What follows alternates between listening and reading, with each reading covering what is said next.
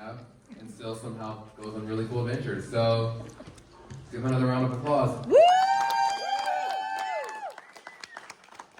Thanks, everybody.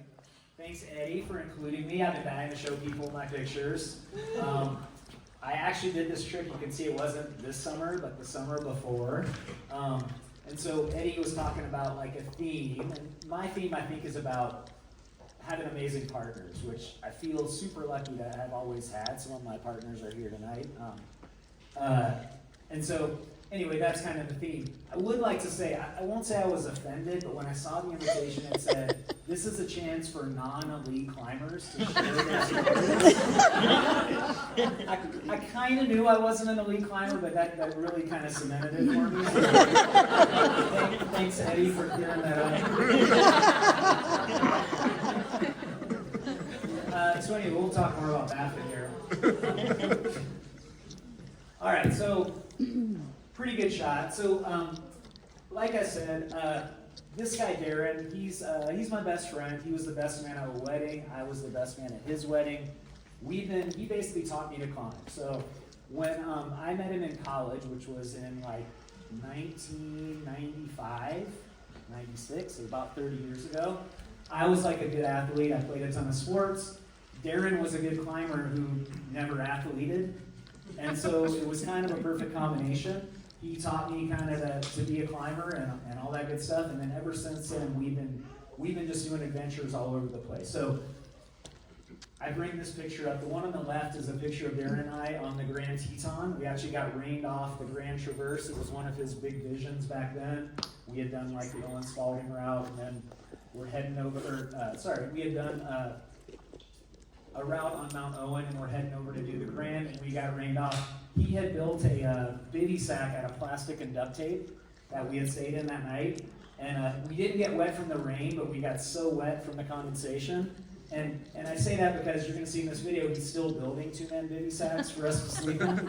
So there's another one coming here in a second. So anyway, Darren had this idea, because he's kind of the big idea guy. He back in college at Western Washington University, which is where we met, he had looked at an old Doug Scott like coffee table book that had him doing the first ascent of Asgard Peak on Baffin Island. And ever since then, that picture was sort of like ingrained in his mind. And over the years, and it's been a long time, Darren and I've always met up a couple times a year to do climbs. We've done climbs all over and first ascents in different places, and a lot of stuff in the Northwest. We both turned 50. Our kids were getting a little older. We decided our wives maybe would give us a month away, and we would go take a chance and go to Baffin Island. So we planned the trip, did a bunch of planning, and here we are off to Baffin Island. For those who don't know, you can see Baffin Island up there. It's the 5th largest island in the world, biggest island in Canada. It's kind of near Greenland. It's most of the island is above the Arctic Circle, so it gets 24 hours of daylight in the summer. And it's just an absolutely kind of iconic mountaineering place. It's a gorgeous place. By the way, my slideshow is going to be a little more about like hiking around a lot than climbing, just so you know, just so you're ready. All right, so we arrived after our flight. This is the town of Patagonia, which is kind of the gateway to get to most of the climbing in Baffin Island. The Weasel River Valley. So at the end of that fjord that you can see in the distance is the Weasel River Valley. We had beautiful weather when we arrived, which is nice because you can't fly in otherwise. And so we got in and we had a day or two to wait. Believe it or not, that day is completely iced up for most of the year, and it melts out right around the 4th of July every year, which is when we got there. And it just so happened we had to stay there 2 days before the boat. The guy who was going to take us up in the boat said it was time to go. You take basically about a 15 to 20 mile boat ride from the town here up to the fjord, and then he'd let us off there, and then we had about a 15-mile approach to get to our base camp. Okay, so anyway, nice shot of the town. We actually camped right down on the hill there. Anyway, funny little picture. This will come up later. Again, I don't want the slideshow to go too long. This is a local Inuit from the town. He actually knocked on our tent door about 1 in the morning and was like, "Hey guys, what are you doing?" And we're like, "Trying to sleep." It was daylight, obviously, at 1 in the morning, and we were pretty excited, so we weren't really sleepy. He's like, "I made some tea from the land." And we're like, "Oh, what do you mean, tea from the land?" He had a few drinks, by the way. Anyway, so he invited us out. The tea from the land was really just like, he had a pot that tasted kind of smoky with a tea bag in it. We had a sip just to be nice. But really, he wanted to show us how you make a fire from the land, which was kind of cool. We're like, okay, this could come in handy. So he brought us up the hill and showed us like what we call the fire moss. It has a much more technical scientific name, but there are 2 types of moss you can use. One that starts fire really easy, and one that burns really well. So we just kind of stashed that away kind of for later. So we obviously had to get permits. I know this was supposed to be about national parks. This is a national park in Canada, in the Inuit territory. I would butcher the name if I say it, but you can see it up there. Ayutthuk is the name of the national park. It's a beautiful national park that we spent a whole month in, actually. This guy Matthew was amazing. He was our guy.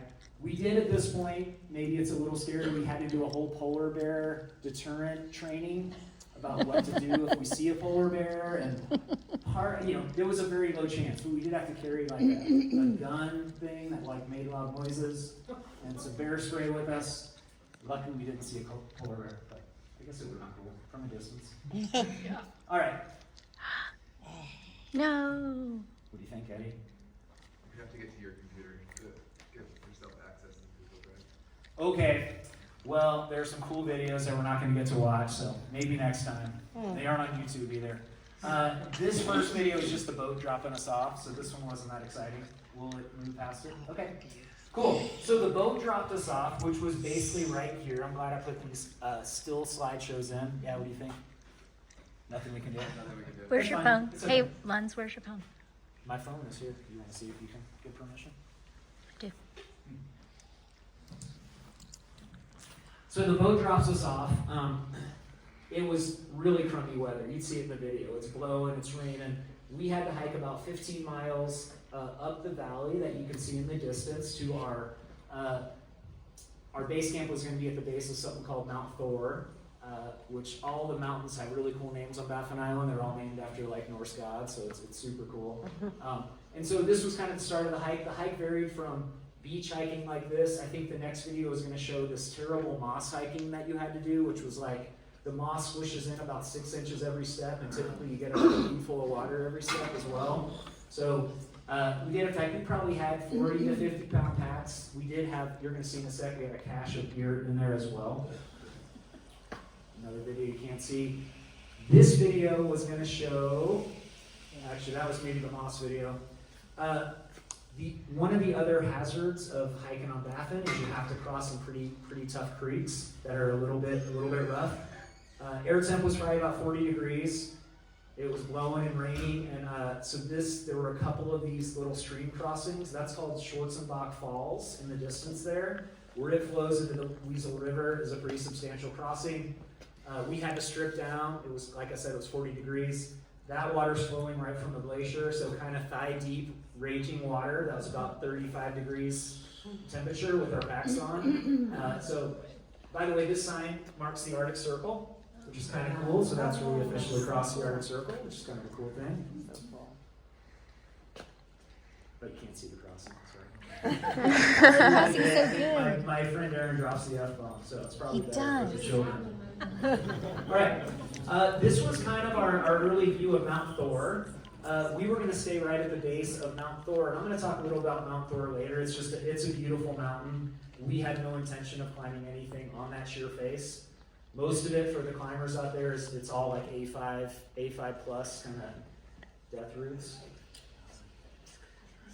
We did cache gear for this trip. So the same guy that drove us in the boat up the fjord also took a bunch of gear in the snowmobile up and cached it for us. So we had 3 barrels, probably 100 pounds, 120 pounds of ropes and climbing gear and food and everything we needed, which made it nice because we could eat a little better while we were there. The other thing is that our stuff was still there. You do hear stories in this area of the gear disappearing when the climbers get there, which would have been a disaster for our trip. So we were very relieved when we got there and got the gear. All right, so one thing that made this trip amazing, which was kind of a bonus, is we ended up setting up shop at the Thor Emergency Shelter, which we knew we would be near it. You can see we pitched a tent over on the left side there. What we didn't know is how many emergencies we were going to have that we needed to use it.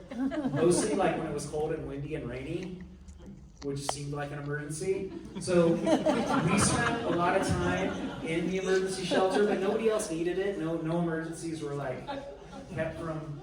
We really didn't see anybody here for the first we were in the park for 30 days. We didn't see anybody for the first 2 weeks, and then a few people showed up.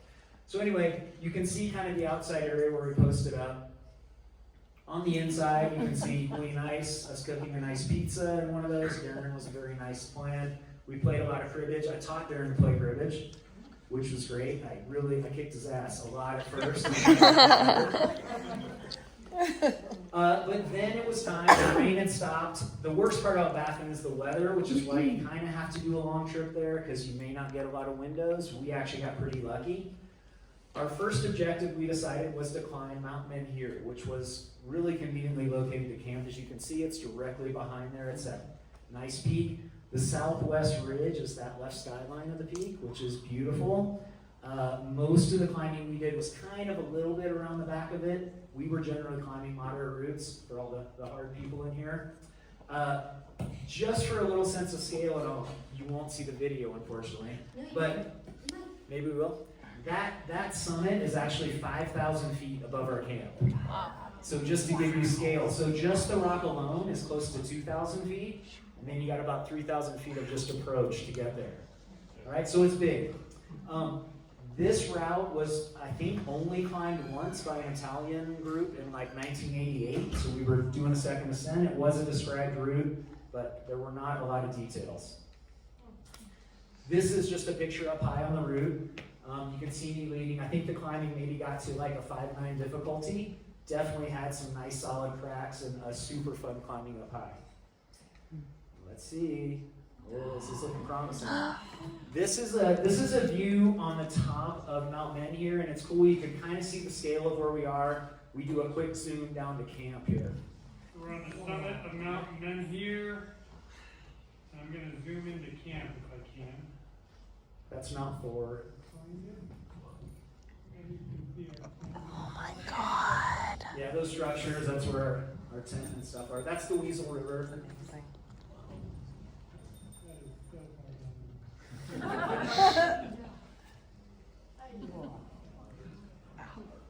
Just a sea of beautiful peaks and glaciers, it was endless.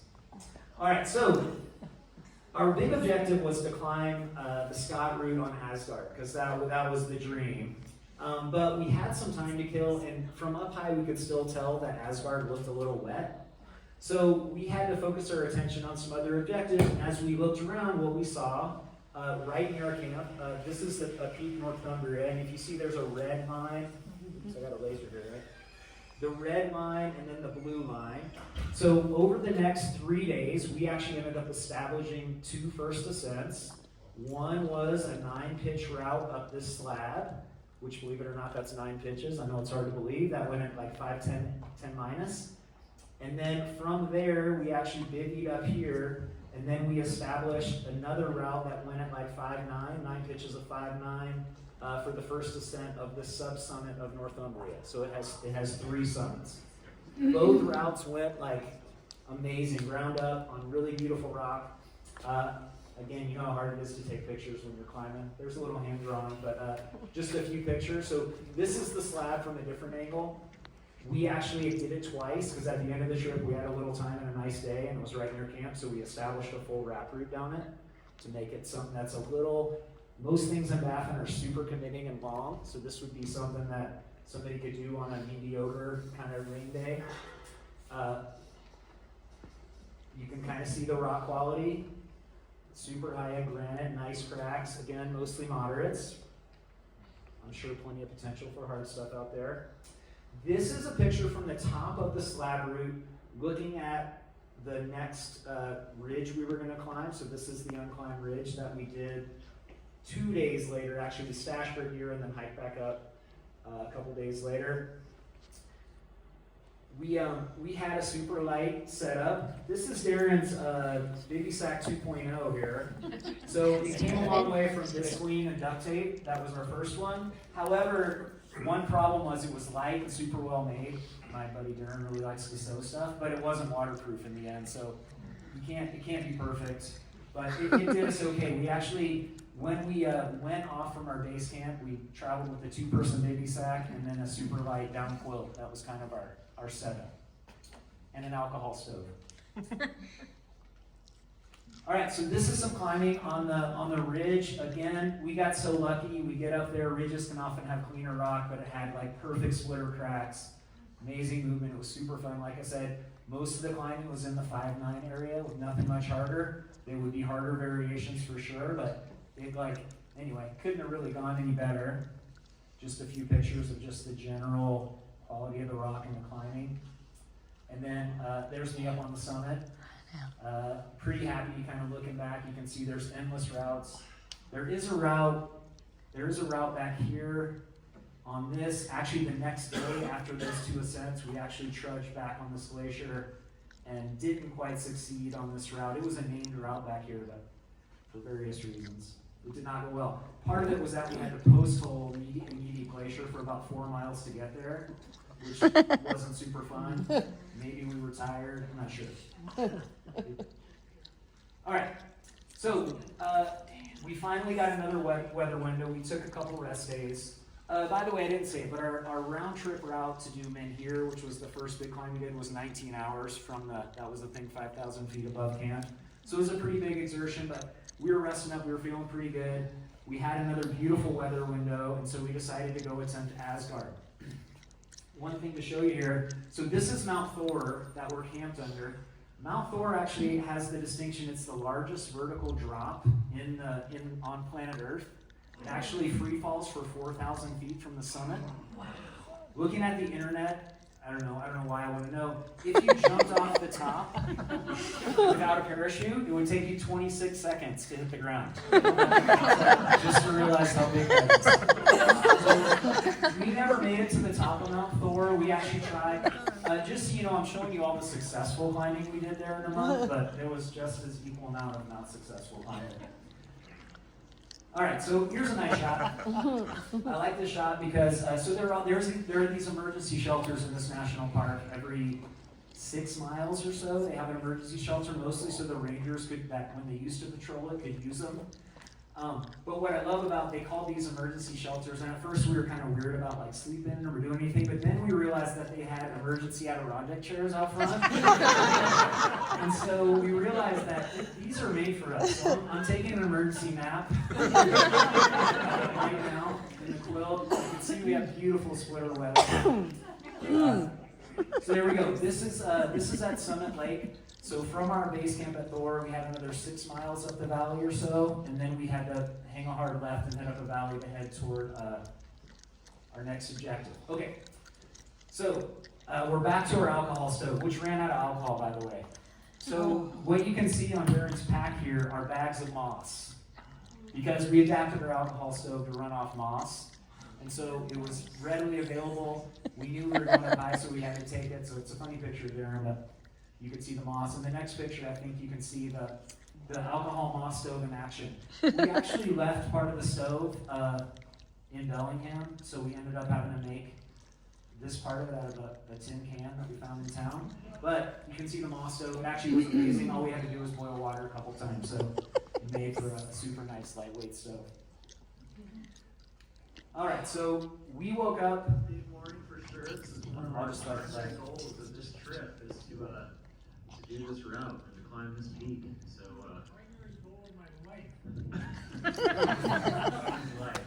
so no pressure on success today. So we had woken up. That was actually at around 1 in the morning, so you can kind of see what the light was like.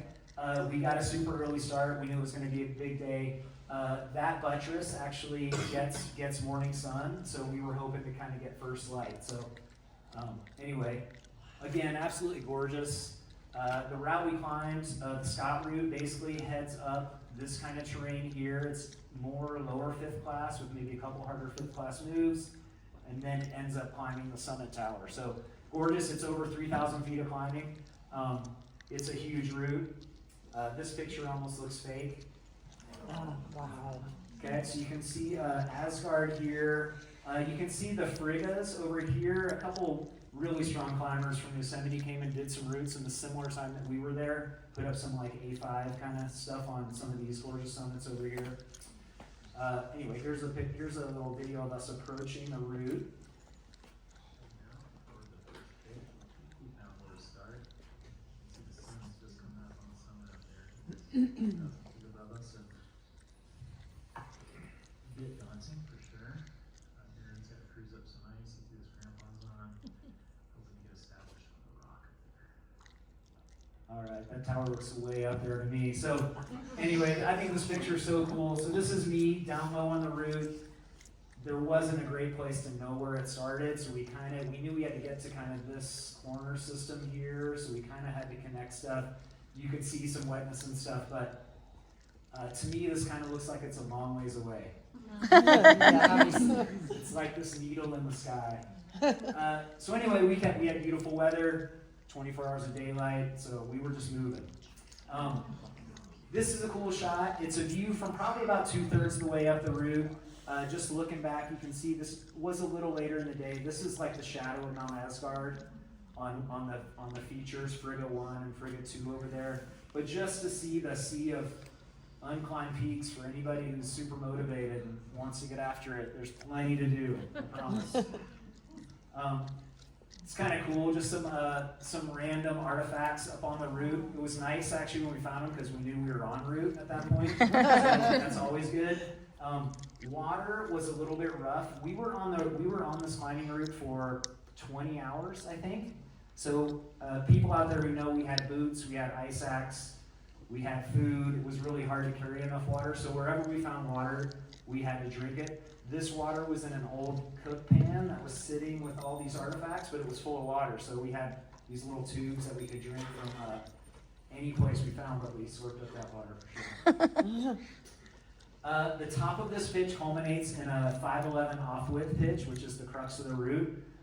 Somebody has put bolts in it, thank goodness. I know some people hate it, but it was soaking wet. It was like a waterfall. So anyway, this is the top of the crux of the route. You can see it's pretty snowy behind me. Nice summit shot. We were pretty happy.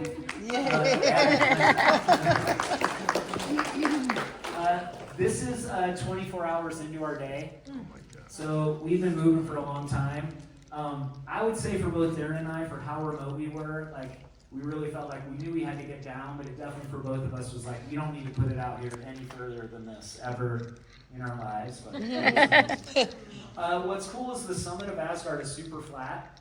And so there's a cool video here that kind of shows we're on this giant snowfield. We had to hike all the way across to the other end to get to the descent. So this is just a picture on the summit. And it's gorgeous. 10:30 at night.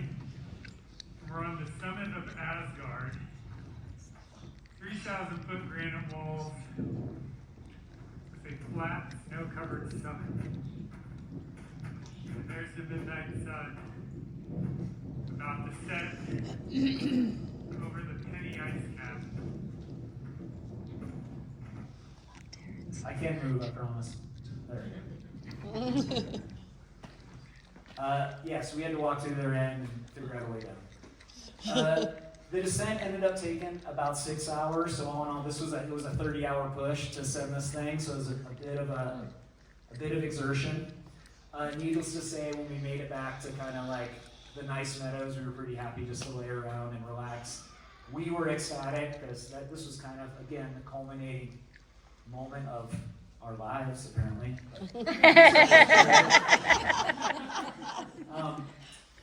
We actually still had a lot of time. We probably still had another 10 to 12 days, and mostly the weather held. We tried a couple other objectives and didn't get a lot done. The bummer is that even though all of our stuff got like toted in on a snowmobile 15 miles, we actually had to haul it out. So we ended up having to double carry the 15 miles to get everything back out, which It took about 5 days to get everything out of there. I mean, it was gorgeous, as you can see. The barrels fit nicely on the backpacks. But all in all, it was an incredible trip. Actually, I had my 51st birthday one of these next days, which was amazing. And there we are. Woo! This is our bathing bodies, by the way. Anyway, this was our last day at the Thor shelter, it was actually kind of sentimental to say goodbye. But, yeah, we had a great trip. All right, that's what I got for you.